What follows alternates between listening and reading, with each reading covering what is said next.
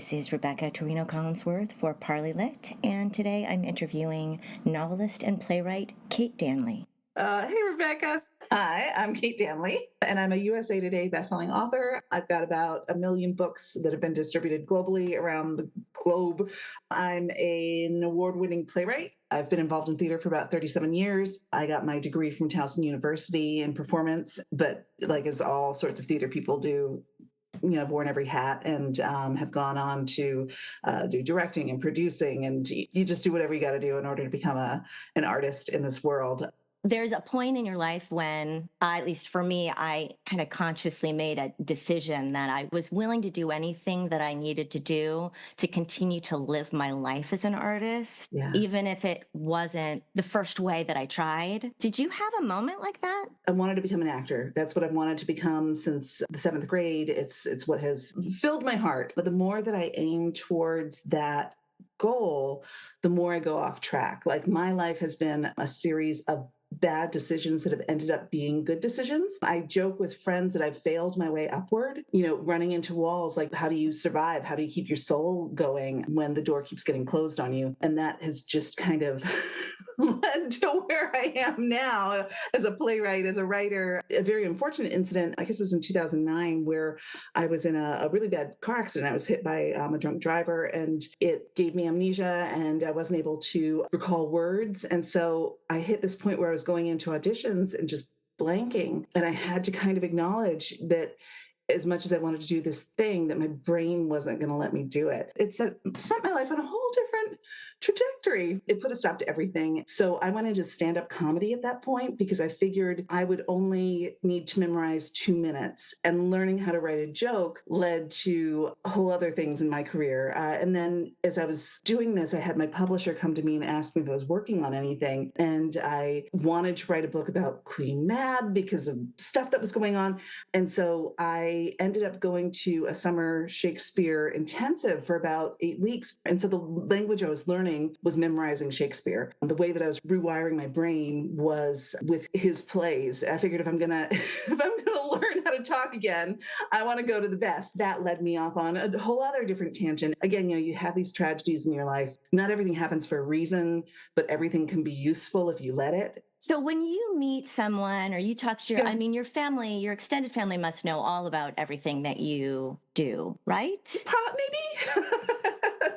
I'm just wondering about those times when you meet up with people that are interested but don't quite understand how you talk about what you do. Usually I introduce myself as a writer and a playwright. And behind those words is a whole history, starting with theater that I wouldn't have gotten into except my 7th grade French class was full, and I got put into a theater class, and that's where I fell in love. And so when we moved, suddenly I got into a magnet arts performing high school, and that taught me things. And while I was in New York, I was realizing that you aren't going to get hired there unless you're a triple threat. And I wasn't a triple threat, so I thought rather than taking classes, learning how to become a triple threat, I'd become a movie star. So let's move to Hollywood and, pursue that. The opportunities just weren't there. So I started doing improv and doing comedy, learning how to do long form improv where we were improvising a soap opera, with a storyline that picked up week after week, and we were getting immediate feedback from it. That led me to start writing books. And so I was I needed a day job in order to support my career. So I went off to go become an X-ray tech. And I had a teacher he didn't believe science was real. And so I didn't want to listen to him. I opened up my notebook and I thought, well, what story would I like to have here? And I started writing The Woodcutter and shopped that around for 5 years. Nobody wanted it. When the Kindle was invented, I got this email saying, if you've got a manuscript, you can upload it and you'll be a self-published author. And it was with great disappointment in myself that I failed. I uploaded my book, and that's launched a whole different career. My next book, Maggie for Hire, which has been optioned for television, that leaned into the improv experience that I had and learning how to write jokes. It's kind of like I'm an improviser. I do stand-up. I write sketch. I write plays. I write novels. I'm just an artist. I think that that's what we are. Just whatever we have to do in order to keep our soul lit is what I've pursued. You wrote The Woodcutter, which I read, and reading that back to back with your play, was hilarious because your ability to write genre was really amazing to me. I credit that with being an actor because we are put into genre plays and we have to learn style and we have to learn rhythms. We have to learn what words are in a restoration piece versus a Sam Shepard or a Chekhov. As a writer, I had an advantage that I can write genre stories because I've spent the past 37 years studying them and living them and bringing them to life on stage and being rewarded by an audience when I'm getting things right. I wonder how you would talk about the difference for you in writing fiction versus writing a play. In writing books, your whole entire job is to somehow convey the image that's in your head in such a way that it gets transmitted into someone else's head. And that's kind of a bit of an alchemy, to think that words that you've got can give the same image in a stranger's mind. When I do my playwriting, it is very sparse. It is very, again, relying on some of my joke writing where what the last word should be. You should know the structure of things. But with books, I can kind of be free to do whatever I want. But I think also something that happens with book writing versus playwriting is that when you publish a book, the conversation's over. With plays, when you finish it, that's just the start of the conversation because suddenly all of these other people are being involved in the process. That you've got your directors, you've got your actors, and every single person that touches this play is going to expand it and change it and make it better than what you were able to do on your own. There is a luxurious quality to your prose that I read, and then a really disciplined, sharp, very, very funny, very 1, 2, 1, 2, set up, punch, but both feel very playful, very, very rich. Just, if you're writing a screwball comedy, people talk fast and they don't use such long sentences. Me cutting my writing teeth in Los Angeles, and maybe you had this experience being, with your background in California, there is a screenwriting language that's incorporated into their play structure, short lines, quick repartee. I don't want to say formulaic, but it is a little bit formulaic. I know what you're saying about formulaic. Yeah. A little bit. Even high art has to take care of its audience and buy its audience's attention or trade for something that is valuable to them. Oh, I love that way that you said it, that we have to take care of our audiences. And I think that that's so key. I was talking to my dad one time and he was saying that people don't like change. Even if something is good, if something is different, it just creates this friction and that they don't like that it's different than what they expected. To have that balance of introducing new ideas while also making sure people are not shutting things off because it's not because of what you're saying, but because it's something different. The art is sliding in the things that you want to say so they hit without people rejecting it out of order just because it's not following the right story structure. I was talking to this one Broadway producer. I'd written my screwball comedy Building Madness, and of course, being a new playwright, this play needed to go directly to Broadway, right? Of course. This was your first play. Did I get that right? Yeah. Yeah, I don't know if I like you anymore. I mean, that's a little...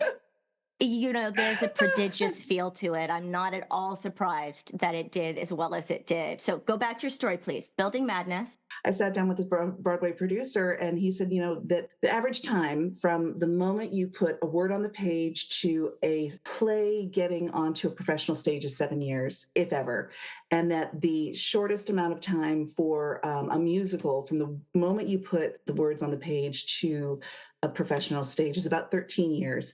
And at the time I was like, no, you don't know what you're talking about. I'm special and I'm going to make this happen in 6 months. But the fact of the matter is like, it's not much time. It's not much time at all. It took me a little while to recalibrate my mind from the nonprofit world, which I think most theater artists are exposed to in America, to the for-profit world, which is what the majority of our LORT and Broadway theaters exist under. When you've got a Broadway theater and you've got 1,200 seats to fill. You've got to sell at least 60 to 70% of those seats at full price in order to just break even. Producers who are choosing which project they want to champion, that they do take a look at things that will probably be appealing to a mass audience. I think that, with our nonprofit theaters and our smaller theaters, that that's where they can take some risks, but it is a really dangerous time for theater. Our grants are being cut. Theater's the first, thing to get cut when budgets need to be balanced. They assume that some philanthropist will come in and save things. And especially in our city of Seattle, like that doesn't happen. Our philanthropists have decided to support other things. And so it's a brutal time to be an artist, but it's also always been a brutal time to be an artist. There's a big study that came out that like theater in schools, it reduces teen pregnancy, it reduces the dropout rates, it creates higher test scores. Like it's the silver bullet that we've all been looking for to help our students, and especially coming out of lockdown, where theater teaches students to talk to one another and to communicate and how to have relationships that aren't on their phone. Our theater and our arts programs are the ones that are getting cut. It's just like, our kids deserve better. I feel like I read this, that a thriving arts culture is the evidence of a healthy culture. I was at, I guess it was the Dramatists Guild. There was an annual conference and I was there and they were talking about how every single movement in America has gotten its start in theater. And it doesn't matter if it's 100 years ago or today, that, that theater does it before everybody else does it. And that the expansion of mind starts with theater. And from there, it goes on into the music and goes into our film and goes into our television. But theater is such, all you need is a space and an audience, and you can create something. And how important it is, for starting these difficult conversations in a way that people can understand. I'm constantly kind of trying to balance the sense of the utility of working with artists and saying, no, keep doing it. Yeah. Let me see if I can help you if your goal is to succeed in a really, really difficult marketplace. I can try to help you with that. But there is utility and value along the whole spectrum of that work that you're doing. And that has to be enough. Yeah. Because it's too hard to do it if it's not. Yeah. It's kind of like, are you focused on the journey or are you focused on the destination? And the destination will never live up to your expectations of what it's going to feel like. Or at least that's been in my experience. Mine too. Finding what's the joy along the way? What's the adventure you can get into while you're working on this project? If you're writing something, you have to do some research. So like say for Building Madness, am I going to go to an Art Deco restaurant and like sit down and see what that feels like? Am I going to go to this historic building and do some research there? If you allow it, your art will create a rich and wonderful life for you. That's some of the best stuff. Yeah. It's worse for me when I finished it. Yes. Right. I heard this great quote from an actor named Rufus Sewell, and he was saying that as artists, we need to have thin skin that regenerates quickly, that we cannot be divorced from our emotions and our feelings, but then we need to get over it really quickly. I think sometimes as playwrights, we're taught that we shouldn't allow other people's input into our plays or onto the page. And what that does is it actually short circuits the growth of our play. If you shut out all input, you can't make it better. You have to have that curiosity to say, how can I make this better? How can I improve as a writer? What can I do to increase my craft? What can I do to increase my understanding of this art form? What are other people doing in my community? Surrounding yourself with people who ask you to be a better version of yourself. And again, that's that curiosity, asking those questions of how can you get better, I think is important. Before I let you go, will you talk about what you've learned in this? I don't think that we've spoken to anyone that's done what you've done. A lot of times we talk to people who have published through, their journey through finally finding somebody to publish the book and how difficult it is. You have a lot, as you said, like many, many, many, many, many book sales. So what have you learned about this process, or what would you attribute your success to? Oh, that's such a great question. I think that the biggest thing is just to acknowledge that publishing is a business, and kind of like, the fairy godmother producer in the sky that's going to come down and make your dreams happen. What I found is that if you can commit yourself to the work of self-publishing, sometimes it's you taking that first step that gets other people to pay attention to you. There are millions of writers. There are millions of people with novels that they want someone else to make happen. What I experienced, so I had a novel that I began in the 4th grade, and I shopped that around for 15 years. I was sending it off to little publications and never getting anywhere. And then I was like, okay, well, maybe I'll start writing my second book. And so my second book was The Woodcutter. And that was the one that I sent around for 5 years that nobody wanted to touch. And then this opportunity came up with the e-reader where I just had to upload it and I would be a published author the next day. I didn't know how to market my books at that time. This is kind of the dawn of the digital revolution, but I knew how to market film projects. You enter them into competitions and you get some notice, and that hopefully will get the notice of others. At the time, there was a really active forum called K-Boards that unfortunately is now defunct, but there are some groups on Facebook where there are other self-published authors that are very generous with their experience and with what they're finding out in the market. So again, surrounding yourself by like-minded people who are in the same space as you are and that you're supporting each other. And there are sharks in these waters. You know, there are people who would like to charge you a lot of money to tell you how to market your book and publish. You have to watch out for them. But one of the reasons why I decided to go with self-publishing is that with a regular publisher, you're probably going to get about 7% royalties of the cover price. That's kind of what it is. In self-publishing, you get 70%. So that's a huge chunk of change. You know, you have to do rapid release. Like one of the reasons why I have so many books out is that the Amazon algorithm at the time was you'd get 30 days of exposure. And then once the 30 days were over, your sales would pretty much be cut in half because they wouldn't be showing your book to as many people. They were going to be showing the other books with 30-day exposure. And so you'd have to publish another book in order to get another 30 days of exposure. And so it was about every 90 days you needed to be releasing a book in order to be working their algorithms, which is insane. But again, it was a different time. I was much younger. While you're doing that, you also need to be thinking about your platform, which means having a working website, making it really easy for people to find you and your work, not relying too much on any social media platform, because like folks who belong to MySpace and folks that belong to Friendster, these things go away. So you need to have a newsletter that you send out regularly. And there's certain rules about what words you can use and what words you can't that keep your newsletter going into the inbox and not the spam folder. And again, so there's research to be done there. Things have changed a lot. It's much harder now because the scammers discovered that they could just get robots to write their books and that they could just upload them. There was a scam for a while where books were being paid by the page read. And so these scammers would upload a fake book and then have these click farms scroll through their books and they would get paid, suppressing the views of the actual books. There's that mess in the water with, ChatGPT and AI is only going to become worse for real writers.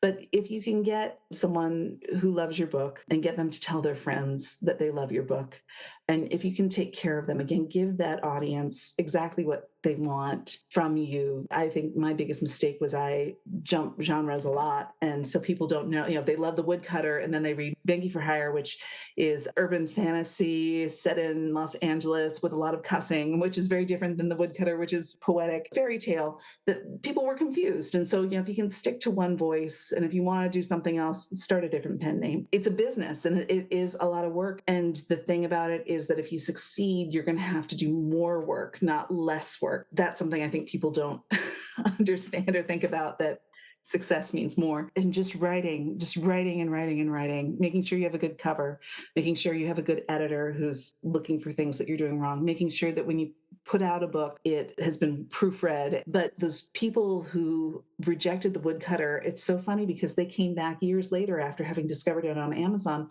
wondering if it was available for them to publish. I did get a big publisher for that book. And again, it was right there. My Maggie for Hire, it was picked up for film and television because It was on Amazon, and the producer just happened to stumble on it, and it was free at the time. So she downloaded it and read it, and that started its Hollywood journey. Opportunity is when luck and preparedness meet at the same time, or I've probably messed that up, but it's just having that manuscript out there, having these books out there, that they've opened up doors that I didn't even think possible. Yeah. That is so helpful, Kate, because as a working actor, you understand this, like this sense of just constantly begging for work. Yeah. Just constantly waiting for somebody to give you a job. Yeah. Book publishing reminds me of that. Just like, I have this. Mm-hmm. This is me. Please take it and make it a thing. And they stack up the things that you make, and nobody is particularly interested in them.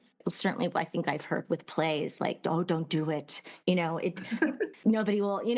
And I have no idea. But the rebel in me is like, I will if I want to. There's something about being a woman, that the statistics are that only 28% of all the plays in America that are produced are by women, and the other 78%, 72% are written by men. This is a number across the board where you take a look at the people who are interviewed in newspaper articles, 20% are women. If you look at the bylines, only 20% are women. If you look at the voices on the radio, 20% are women. Like that, we've got to push against that 80% to be heard. And so with self-publishing, what I've discovered is a lot of women suddenly found their voice, and they didn't have the gatekeepers telling them no. I have women that I know that were turned down by every single publishing house that are earning $1 million a year from self-publishing. Again, because they said, I'm not waiting for anybody else to tell me I'm ready for my dream. I'm going to make it happen. And I think there's something really powerful in just owning who you are and your space and what you want your story to be on this earth.